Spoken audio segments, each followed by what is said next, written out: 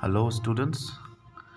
Here I am back today again with your first chapter from your English book, A Letter to God, and this is my second video on this chapter.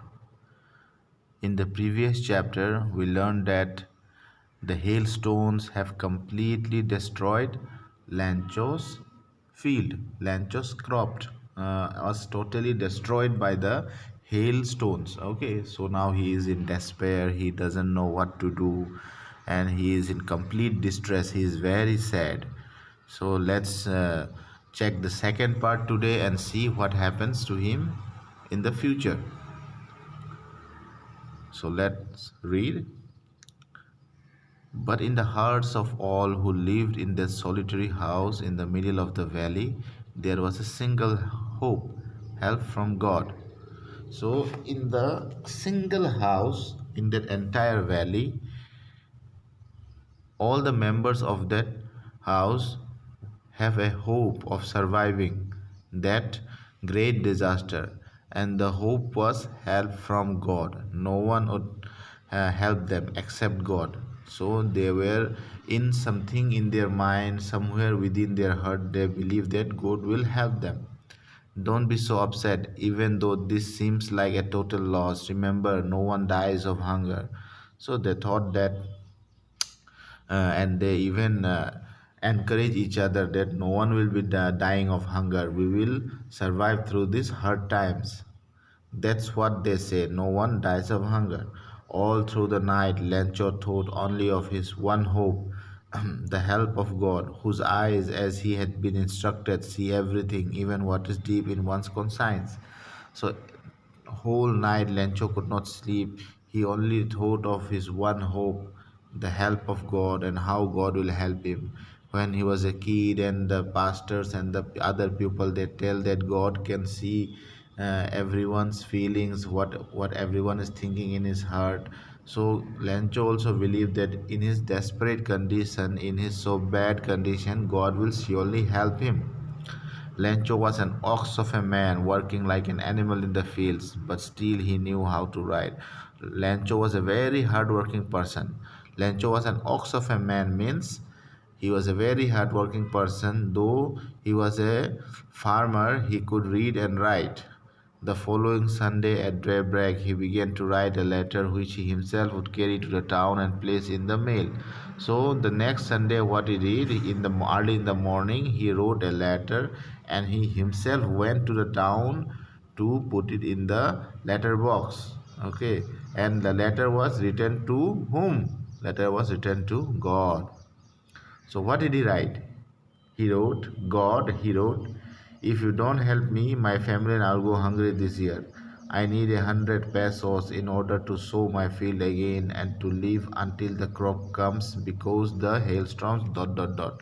So he wrote to God and told his problems, that how the hailstorm destroyed his crops and field, and he asked God for 100 pesos. See, pesos are the currency of Latin American countries. Okay, like we have rupees is our currency in Latin American countries. They are called pesos. So they need 100 pesos. So 100 pesos was of great value in old times. Okay, so he need 100 pesos to again sow his field again, and again make his harvest blooming. Okay, so he wanted 100 pesos from God. He wrote to God on the envelope and put the letter inside, and still travel went to the town. Still travel well to town. At the post office, he placed a stamp on the letter and dropped it into the mailbox. So, as we know, when we write a letter, we need to write the address of the receiver, to who will receive the letter. So here he was sending it to God. So obviously in the envelope he wrote it to God. Okay, to God, and he went to the town, put a stamp on the letter, and he dropped it in the mailbox. One of the employees, who was a postman and also helped at the post office, went to his boss laughing heartily and showed him the letter to God. So the one of the employees, who was also a postman, what he did, He went when he saw the letter in the mailbox. He was laughing heartily. He laughed out very much. Okay, he found it very funny because no one sends a letter to God. Is it? It will not reach. So he was laughing out very heartily. Never in his career as a postman had he known that address. So, in his entire career of a postman, he had never known the address of a of God. The postmaster, a fat, amiable fellow, also broke out laughing. So, fat and amiable means someone very pleasant, okay, someone very jolly nature, someone very happy. So the postmaster of that station was a very jolly and happy to go man. Okay, he was a fat man, and also what a very funny and very happy behaving man. He also broke out laughing, but almost immediately he turned serious and tapping the letter on his desk commented, "What a fate!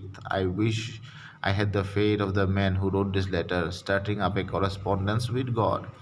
So that postmaster who was the in charge of the post office, he laughed out very heartily. Then suddenly he became serious, and he was just with his finger, he was just tapping, just uh, making sound on the desk and just tapping it again and again with his finger. And he was, that means he was thinking, and he thought that what a wish that Lancho had a very deep connection with God. Lancho believed God so much that he is writing a letter to God, and he wished that he also had such uh, correspondence with God. He also such faith in God.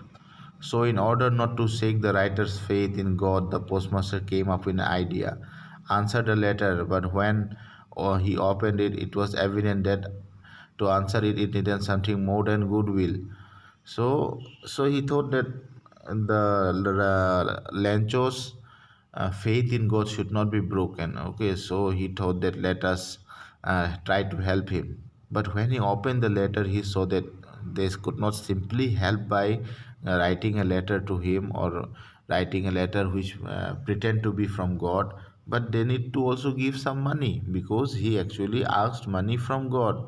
So what he did, but he stuck to his resolution. He asked for money from his employees. He himself gave obliged to give something for an act of charity. So what he did, he was firm in his resolution that no, we have to help him. So he collected money from his friends who were in the post office. He also gave some part of his salary as an act of charity. Okay, it was impossible for him to gather together the 100 pesos, so he was able to send the farmer only a little more than half. He put the money in the envelope addressed to Lencho, and with a letter containing only a single word as a signature God.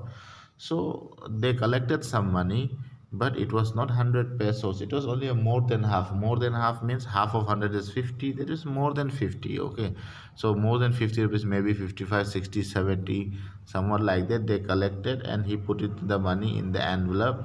And what he did, he sent it to the uh, Lancho for by writing a signature as God. That means it pretended to be a letter from God. Okay,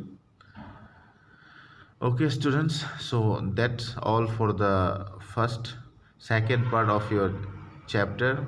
The remaining part of the chapter will be taught to you and the third video. So until now, until then, thank you and have a great day.